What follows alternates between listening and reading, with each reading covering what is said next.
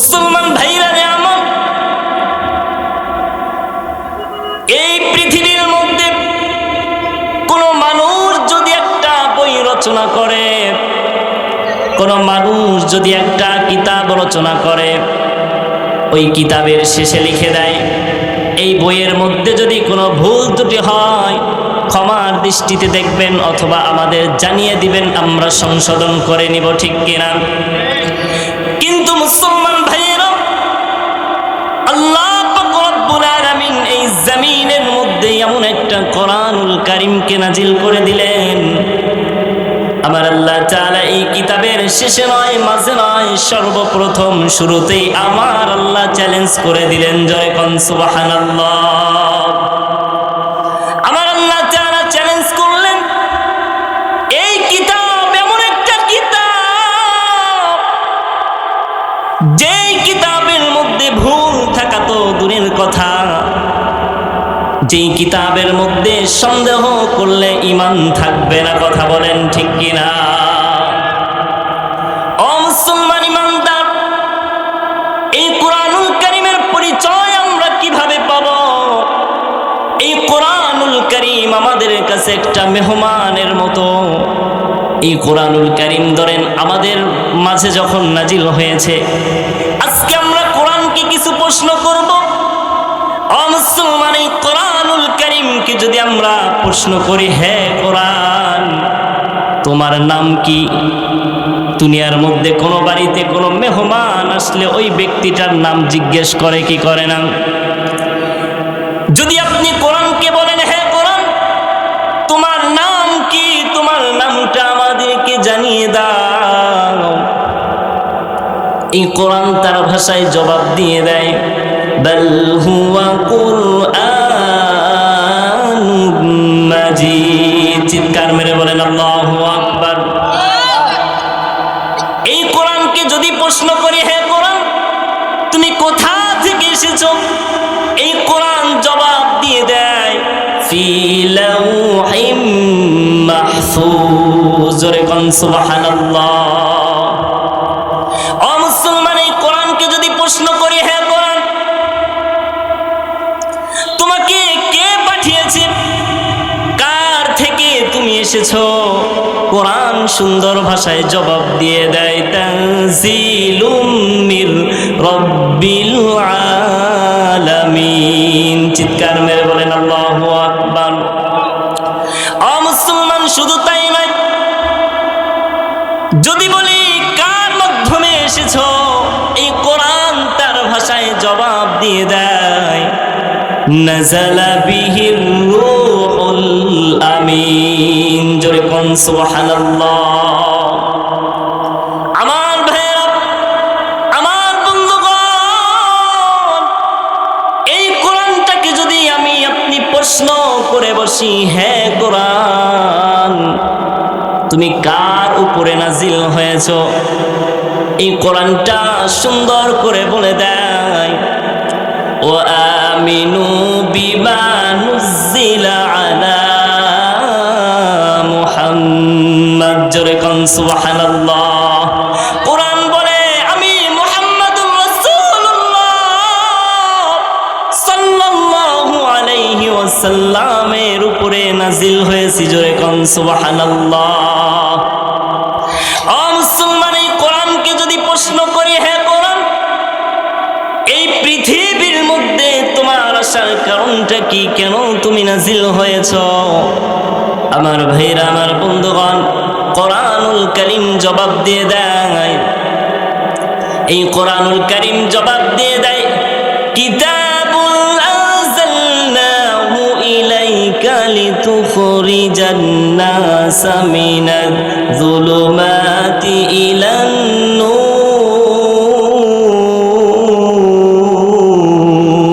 আল্লাহু আকবার। মুসলমান ভাইরা রে আমার, এই কোরআনুল কারীম জবাব দিয়ে দেয়, আমি এই জন্য নাজিল হয়েছি, গোটা দুনিয়ার মানব জাতিকে অন্ধকারের পথ থেকে আলোর পথে নিয়ে আসার জন্য। জয় কোন সুবহানাল্লাহ। আমার ভাইরা, আমার বন্ধুগণ, এই কোরআনুল কারীম এমন একটা দামি কিতাব,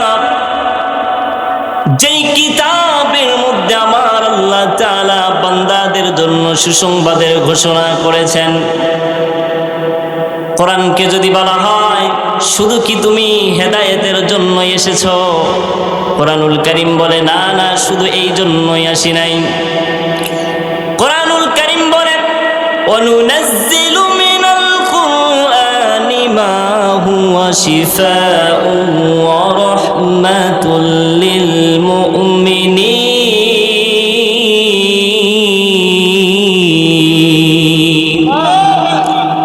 এই কোরআনুল কারীম বলে আমি কোরআন মুমিনদের জন্য রহমত এবং শিফার জন্য এসেছি। জোরে বলুন সুবহানাল্লাহ। মুসলমান ভাইরা রে আমার, এবার আসেন, এই কোরআনুল কারীম এমন একটা দামি কিতাব, এই কিতাবটা যেরকম দামি, এই কিতাবের সাথে যেই মানুষগুলো সম্পর্ক লাগাবে তাদেরকে যিনি দামি বানায় দিবেন তিনি কে? ও মুসলমান ইমানদার, আপনার দুটা সন্তান, একটা সন্তানকে আপনি দুনিয়াবী লাইনে স্কুলের মধ্যে পড়ান, একটা সন্তানকে আপনি মাদ্রাসার মধ্যে পড়ান। আপনার স্কুলের সন্তানটা 5 বছর স্কুলে পড়ার কারণে 5 পাস করবে, আর আপনার একটা সন্তান মাদ্রাসায় 5 বছর পড়ার কারণে কোরআনের হাফেজ হবে। ও মুসলমান, একটু আওয়াজ দিয়ে বলেন, দুনিয়াবী লাইনে আপনার সন্তান 5 বছর পরে 5 পাস করলো, এই সন্তানের দাম বেশি না একটা হাফেজে কোরআনের দাম বেশি? মুসলমান ভাইরা রে আমার, যেই সন্তানকে আপনি কোরআনের সাথে সম্পর্ক গড়ায়া দিলেন, যেই সন্তানকে কোরআনের হাফেজ আপনি বানায়া দিলেন, ও মুসলমান, একজন হাফেজের কত দাম? একজন হাফেজের কত দাম? দুনিয়ার মধ্যে তো দাম আছেই, দুনিয়ার থেকে যেদিন বিদায় নিয়ে চলে যাবে, রাসূল বলেন একটা হাফেজে কোরআনের লাশ কোনোদিন কবরের মাটি পচাইতে পারবে না। জোরে কোন সুবহানাল্লাহ। মুসলমান ভাইরা রে আমার, ও মুসলমান, যেই কোরআন এমন একটা দামি কোরআন, যেই কোরআন পুরা জীবন মানুষকে শুধু সুসংবাদ, খুশির সংবাদ দিয়েছেন, এই তামাম দুনিয়ার মধ্যে বলেন তো এই কোরআনুল কারীমকে নিয়ে ষড়যন্ত্র আছে না না? ও মুসলমান, এই কোরআনুল কারীমকে নিয়ে আজকে তামাম দুনিয়ার মধ্যে ষড়যন্ত্র আছে না নাই? মুহতারাম হাজিরিন, এই কোরআনুল কারীম এমন একটা কালাম, পৃথিবীর মধ্যে যারাই কোরআনের বিরোধিতা করেছে আল্লাহ তাআলা তাদেরকেই ধ্বংস করে দিয়েছে, ঠিক কিনা? শুধু এই যুগে নয়, এই কোরআনুল কারীমকে বন্ধ করে দেওয়ার জন্য আল্লাহর নবীর জামানায় রাসূলকে কোরআনের কথা বলতে দেওয়া হয় নাই। রাসূল যখন কোরআনের কথা বলেছে, আবু জেহেল, উতবা, শাইবা রাসূলের উপর আক্রমণ করেছে কি করে না? এই জামানায়ও মানুষ কোরআনের উপর আক্রমণ করে কি করে না? ও মুসলমান ইমানদার, একটা কথা মনে রাখবেন, এই কোরআনকে যদি বলা হয় হে কোরআন, এই দুনিয়ার মধ্যে যদি তোমার উপর আক্রমণ, জুলুম, নির্যাতন করে, তাহলে কি তোমার আলোটা নিভিয়ে দিতে পারবে? কোরআন তখন বলে ইন্না নাহনু নাযালনা যিকরা ওয়া ইন্না লাহু লাহাফিজুন। কোরআন বলে আমাকে যেই রব পাঠিয়েছেন ওই রব আমার হিফাজতকারী, আর যখন আল্লাহ আমার হিফাজতকারী, দুনিয়ার কোন শক্তি আমাকে দুনিয়ার থেকে বিতাড়িত করতে পারবে না, ঠিক কিনা? মুসলমান ইমানদার, যে কথা বলতেছিলাম, আপনার একটা সন্তানকে আপনি হাফেজ বানিয়েছেন, এই হাফেজের দাম কত? রাসূল কারীম সাল্লাল্লাহু আলাইহি ওয়াসাল্লাম বলেন, একটা হাফেজে কোরআন যেই দিন দুনিয়া থেকে বিদায় হয়ে যাবে, আমার আল্লাহ তাআলা কিয়ামতের ময়দানে একজন হাফেজে কোরআনকে বলবে, ইউকালু লিসাহিবিল কুরআন ইকরা ওয়ারতাকি ওয়ারতিল কামা কুনতা তুরাতিলু ফিদ দুনিয়া ফাইন্না মানজিলাকা ইনদা আখিরি আয়াতান তাকরাউহা। আল্লাহ তাআলা একজন হাফেজে কোরআনকে বলবে, ও হাফেজে কোরআন, দুনিয়ার মধ্যে কারীম তেলাওয়াত করতাম। আজকে আমি আল্লাহ তাআলার সামনে দাঁড়িয়ে কোরআন পড়ো, জোরে কোন সুবহানাল্লাহ। ও মুসলমান, হাফেজে কোরআনকে বলা হবে ইকরা ওয়ারতাকি ওয়ারাত্তিল কামা কুনতা তুরাত্তিলু ফিদ দুনিয়া।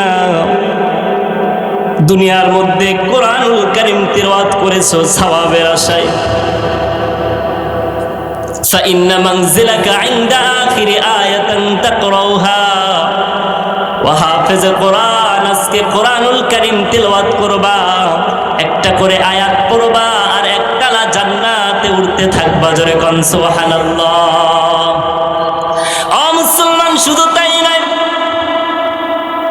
আল্লাহ পাক রব্বুল আলামিন রাসূল করিম সাল্লাল্লাহু আলাইহি ওয়াসাল্লাম বলেন, মান ক্বরাআল কুরআন, যেই ব্যক্তি কোরআনুল কারীম পড়বে, ফাস্তাযহারাহু, এবং কোরআনুল কারীমকে হিফজ করবে, ফাহাল্লা হালালাহু, কোরআনে যেটা হালাল বলা হয়েছে হালাল জানবে, ওয়া হারামা হারামাহু, যেটা হারাম বলা হয়েছে সেখান থেকে বিরত থাকবে, আদখালাহুল্লাহুল জান্নাহ, রাসূল বলে ওই হাফেজে কোরআনকে আমার আল্লাহ জান্নাতে দিবে, জোরে কোন সুবহানাল্লাহ। ও মুসলমান, কিভাবে জান্নাতে দিবে? রাসূল বলেন, ওয়াশাফাহু ফি আশরাতিন মিন আহলি বাইতিহি কুল্লুহুম ক্বাদ ওয়াজাবাত লাহুন নার। রাসূল বলে, একজন হাফেজে কোরআন শুধু একাই জান্নাতে যাবে না, আল্লাহ তাআলা বলবে তার আপন আহলে, তার আপনজনদের মধ্য থেকে 10 জন ব্যক্তি যাদের উপরে জাহান্নাম ওয়াজিব হয়েছে তাদেরকে নিয়ে জান্নাতে যাবে, জোরে কোন সুবহানাল্লাহ। ও মুসলমান, একজন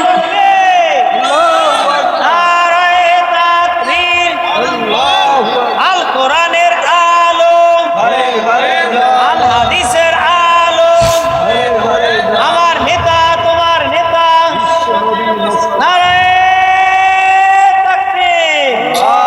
মুসলমান ইমানদার, আমাদের আরো একটু সচেতন হওয়া দরকার। আমাদের দেশে তাকবীর হয়, আল কোরআনের আলো ঘরে ঘরে জালো, কথা বলেন ঠিক কিনা? আচ্ছা বলেন তো, 50 বছর আল কোরআনের আলো ঘরে ঘরে জ্বালায়া, আচ্ছা বলেন কোরআনুল কারীমের আলো ঘরে বেশি জ্বলে নাকি সিরিয়াল বেশি চলে? কথা বললেন না? কোরআনের আলো বেশি জ্বলে না সিরিয়াল বেশি চলে?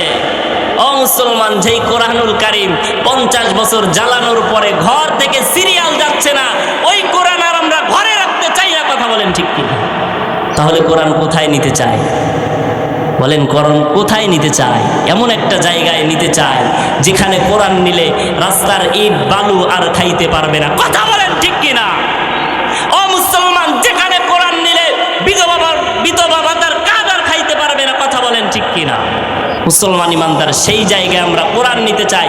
আজ থেকে স্লোগান হবে, আল কোরআনের আলো সংসদে যেন, কথা বলেন ঠিক কিনা?